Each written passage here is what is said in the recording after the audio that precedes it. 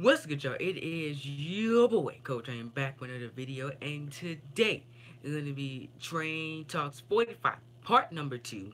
We have a lot of stuff to go over, man, and what a last night it was. Before we get into everything, man, I want to thank everybody that tuned in to the live stream last night. Had a very, very good time reacting to the game for one half that we did.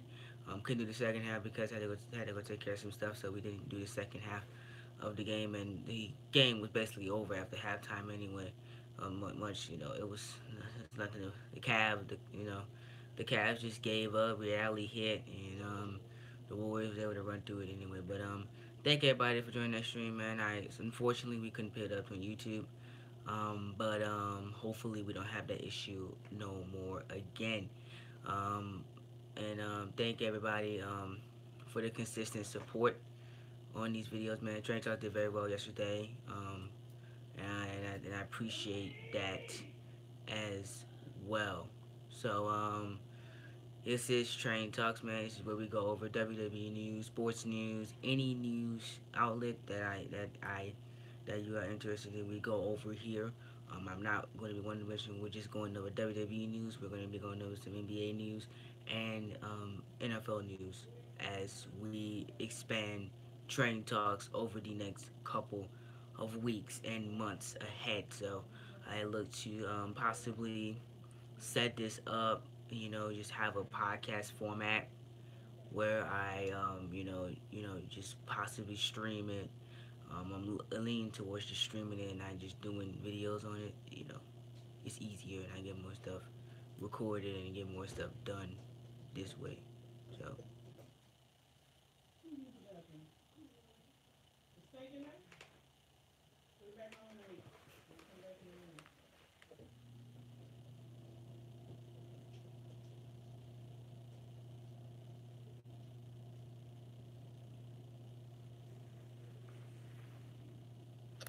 oh, okay, we're good then. We're good. All right. I'm making sure I was confused, but yeah, I love the support that we had last night for the stream and love the support we had on Train Talks as well. So you guys killed it. So I thank everybody for that one.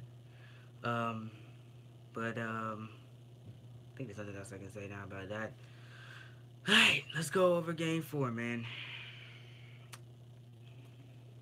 You know, when reality hits you and you have nothing else to prove and nothing else to um, fight for, you just give up. And, the Cavaliers, we knew that after game 1 and game 3, that they had no chance of winning this series. Those were the two prime games to steal in this NBA Finals. And they did none of that at all in these NBA Finals. Game 1 was a George Hill missed free throw, a emotional LeBron James in overtime, and J.R. Smith forgetting what the score was that cost the Cavaliers game 1.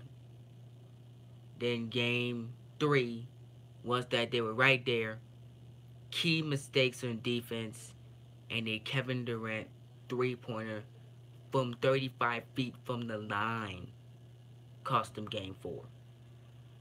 We knew the Cleveland Cavaliers had no chance of winning this series. If you pick the Cleveland Cavaliers to win this series, I have no idea what you're talking about. The Golden State Warriors were the better team. They were always going to win the NBA championship. Whoever came out of the East, they were going to beat in 4 to 6 games. We knew this already. Kevin Durant was hungry. Steph Curry won the Finals MVP. He played lights out this series. All these guys on Golden State, they wanted it more. They had put forth the effort, and Cleveland didn't do that. That's why the Cavaliers got swept. People are going to say LeBron James is not the GOAT. He's just a good player. Well, I'm not turning the conversation down just yet. He can still be 6-6. There's a chance he can win 3 more titles. Will he? That's a good question. That depends on where LeBron James goes this offseason. But LeBron James gave up. The Cleveland Cavaliers gave up last night. I gave up. Pretty much every Cavs fan gave up after last night. They knew that they were going to lose LeBron. You've seen it in the huddle. You've seen it in the press conferences. From what he's telling me and what he's telling everybody, he is 100% gone. I don't see any reason why he should come back to Cleveland. I don't even know how you people can even come up with a scenario that he can come back to Cleveland. He's gone, guys. I guarantee it. Um, Usually when LeBron James loses like this, because I know he hates losing to the same team 3 times. By the way, this is the most LeBron James got beat by the same team 3 times in 4 years. The same team. So I know he hates losing, and he's taking all of this into context. What's my next move? You know, the best idea is he needs to look at a team that has what the Golden State Warriors has. Possibly there's no team right now that has that except the Rockets. They have the right formula of what the Golden State Warriors have. I think the best thing for LeBron is he needs to go to a team with youth, because I don't think he's wherever. I don't think if he goes to Houston, I don't think they can win in year one. He needs somewhere to go somewhere where he's guaranteed to win at least 2 to 3 championships. That's why I pitched that Philadelphia, the Lakers, and the Pelicans are the 3 moves that he needs to look at. New Orleans because of Anthony Davis and DeMarcus Cousins. You got an ascending Drew Holiday who has proved me wrong and proved many people wrong in these playoffs. The Lakers because they're young and hungry. And, he loves LA. He has a house in LA that he bought for $23 million. So that can be a scenario that he can go for. And then the Sixers. They're in the East. The only threat you have is the Toronto Raptors and the Boston Celtics right now. Milwaukee, okay, maybe if they make some moves. Maybe that can be a team as well. But there's nobody else in the East that can contend with Golden State except Boston and Philadelphia. Especially if you leave, Boston's the number 1 team to come out of the East, and that is my pick, especially if LeBron goes out west. There's no LeBron James team you have to worry about. There's no LeBron James you have to worry about anymore. You can, swoop in, take care of Toronto, take care of Philadelphia, and you have an easy path to the NBA Finals. Especially if nothing major happens with any other Eastern Conference team. So that is the best situation for him. You know, stay in the East. So Philadelphia is the best point in the East. I'm hearing rumors of Boston. I don't think that's gonna happen. Um, he can, but they have to cut Gordon Hayward. You already have it's gonna be an abundance of small forwards. You're gonna have Hayward, Tatum, and Brown. I think Brown is a power. Is Brown a small forward or power forward? Well, I think one of them. One or two of them have to go if you want LeBron James, and I don't think Danny Ainge is going to do that. If you want to get rid of somebody, Jaylen Brown is the best you can get rid of to get LeBron James. But you really think Gordon Hayward will come off the bench in Boston? I don't think so. And they just signed the guy, so I don't think Boston will work out. It could happen if LeBron James is willing to play power forward. Well, then you got to worry about Al Horford then. You know what I'm saying? There's a lot of stuff that goes into LeBron going to Boston. You know, Kyrie wants him there, but how are they going to affect their young core they have now? They're Boston's young, they have youth, and they were right there. So Boston's not out of the table. You know what I'm saying? Kyrie Irving could work his magic and get LeBron James there. The only reason why Kyrie Irving left Cleveland is because that he didn't want to pick up the scraps of a Cavs team who were severely overpaid, one of the the oldest team in the NBA. He didn't want to be stuck with that in case LeBron James loses. That's why he wanted to leave Cleveland. That's why he left. That's why he wanted to trade. And so, quite frankly, he ended up with a stellar franchise that has experience, that has youth, and it was just a great situation all around for Kyrie Irving. He ended up in a very good situation. But congratulations to the Golden State Warriors. They have earned their NBA championship, even though it was relatively, you can say, easy. You know, I mean, you're going up against the best player in the world, and it was still easy to beat this team. I can't believe I'm saying that, but I congratulate the Golden State Warriors. They earned their championship, um, and there's nothing more I gotta say on that, man. We'll discuss more when we get to the off season, but nothing else I can say on it. One thing I did notice that last night is that the Steph Curry got robbed. He should have been Finals MVP. He was my pick to win Finals MVP. It was not going to be Kevin Durant. It was going to be Klay Thompson or Steph Curry. That's what I picked who to pick from the beginning of the series. I don't know what they were thinking of giving Kevin Durant the Finals MVP. I don't know what golden. I don't know what they were thinking. I don't think Kevin Durant. I don't. He deserved it, of course, of what he did in the series and how good he was in Game 3. But Steph Curry played more consistently in these NBA Finals. Kevin Durant only had one spectacular game, and that's what put him over the edge with those 43 points and that 35-foot shot from the corner.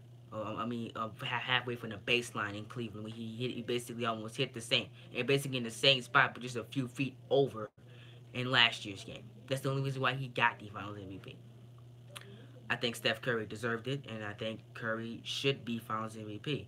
He should have gotten it in 2015, and he should have gotten it in this year.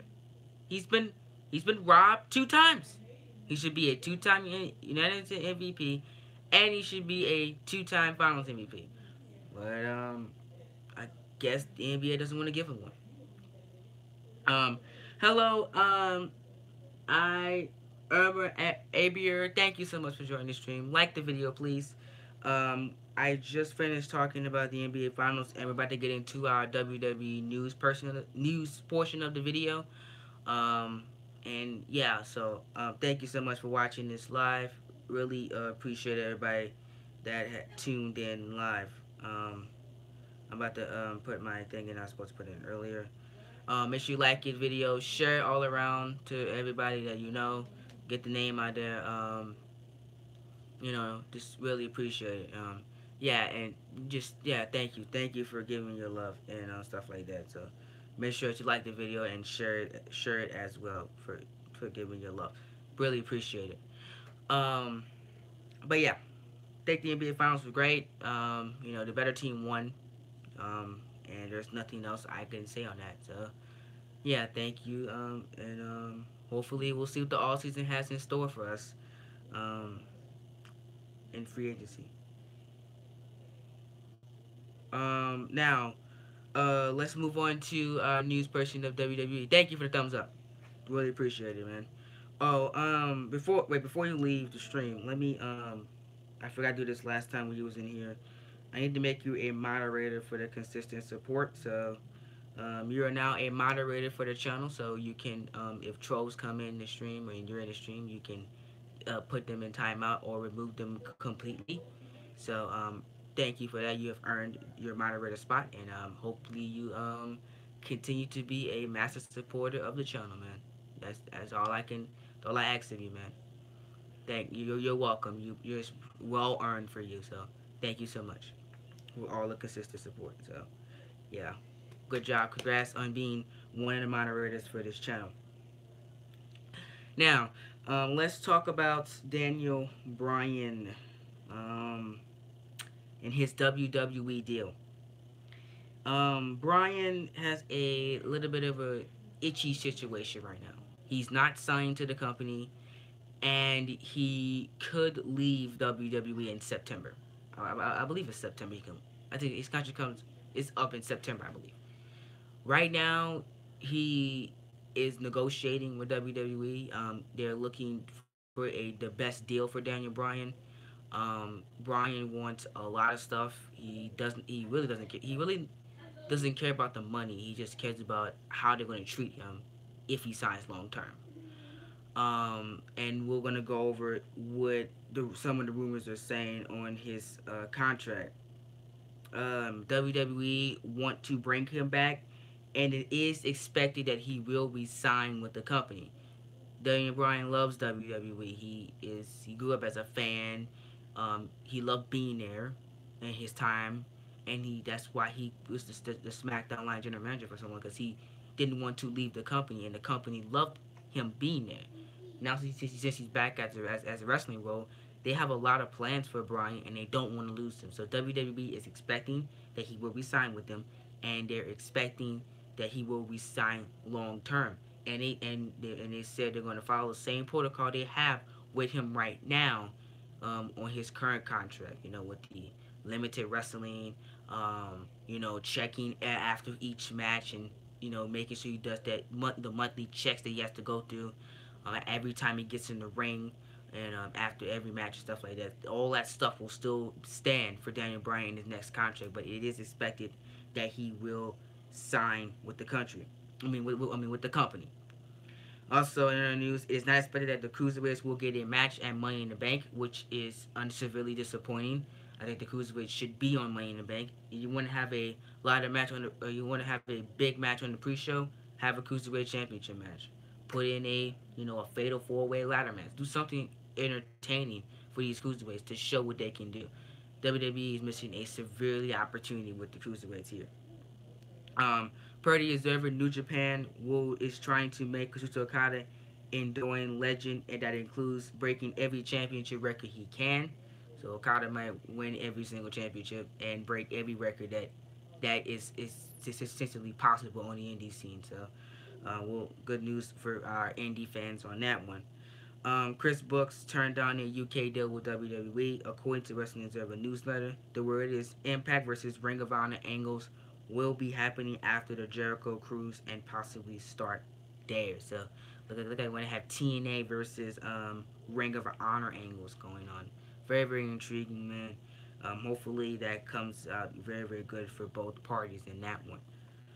That's all the news from Cage Side Seats. Now let's talk about SmackDown Live on Fox. The second bit of news I have here in this video. Um, Number one is that Chris Thompson said this week's episode something else to wrestle with Bruce on to something else to wrestle with Bruce Prichard on WWE is delayed due to creative differences. The host didn't want to change the narrative or whitewash the topic, which is WWE's version of ECW. So that's a little bit of news on the Bruce Prichard show. You guys noticed that Bruce Prichard did not go this episode didn't debut on WWE Network or something like that. That's because of creative differences right there. So yeah. Hold on. I think I missed somebody's chat. My stream thing is acting up. Give me a second, y'all. Um. All right. Alright. Also, guys, I'll be back with another video today. My Xbox game collection that I've been putting off. Uh, I'll be back with that today as well. So, yeah. Let me see what you said in the chat. Oh, hard eyes. Thank you for the hard eyes. Really, that's awesome, man. Thank you so much for that. That's so awesome. Thank you. Um, Now back to what I was saying. Um, so SmackDown Live on Fox. It is being rumored that WWE wants SmackDown Live on. They want it on Tuesday nights. But Fox is looking to move it to Fridays next year, per PW Insider. And SmackDown Live will not air live on the West Coast. So for all our West Coast viewers that watches WWE, SmackDown won't be live because it will be on Fridays, which means that the West Coast is always 2 hours or 2 to 3 hours behind the East Coast, and you guys get the time differences, so they can't air it live on Fridays. So unfortunately, our West Coast viewers won't have SmackDown live, which everybody else will have it live. That's kind of weird that WWE is doing that. They're looking to keep it 2 hours.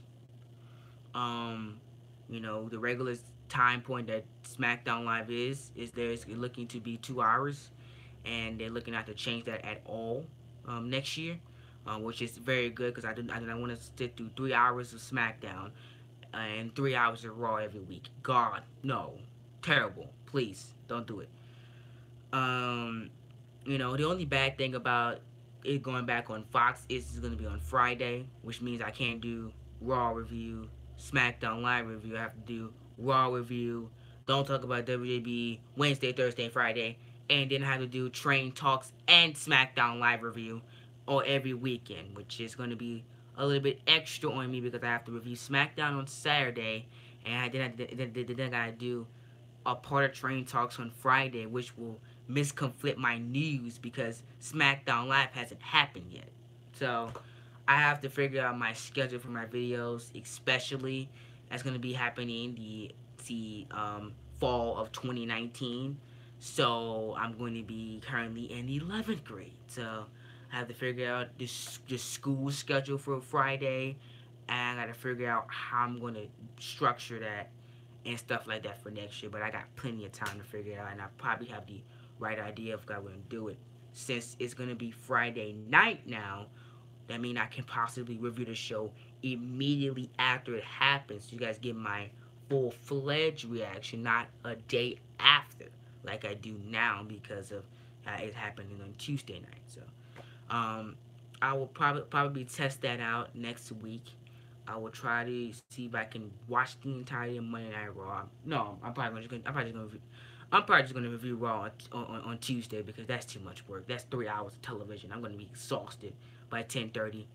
Um, I'll probably do that for SmackDown. SmackDown goes off for 9 for me. Review it after it goes off the air and live stream it. Review it after it goes off the air and see how people like that format. And if you guys like that, well then I will do that for SmackDown Live in 2019 when it moves to Friday nights. So we're gonna have one. So I was just getting used to saying, "Welcome, ladies and gentlemen, to Tuesday Night SmackDown Live." Now I got used to saying, "Welcome, ladies and gentlemen, to Friday Night SmackDown Live." This weird Friday Night SmackDown Live. My goodness, that's gonna be weird saying, WWE SmackDown Live, Friday Night SmackDown Live, full show, reviewing results. Like, oh my goodness, man, that's gonna be weird saying. That's why I just say WWE SmackDown Live review for blah blah whatever day it is, like June 11th, 2018. That's what I say. June 12th, which is the next SmackDown Live. But yeah. That's all the news I got for today. Tomorrow we'll be going over Brock Lesnar future. What is his contract status? What is his status for SummerSlam? Will he keep the Universal Championship? And Alexa Bliss and Natalia updates. Rumors have been circulating that they're legitimately injured. Well, I got news on that they're not injured, and it's for something bigger. And also I got CM Punk shunning his return to wrestling, and news on Ronda Rousey. So you're gonna listen to this, man, because WWE reportedly has that Raw Women's Championship match not lasting that long. And you guys will see what I'm talking about on tomorrow's edition of Train Talks. Hope you guys enjoy, man. Thank you so much for everyone that has subscribed to the channel. And if you have not subscribed, please do.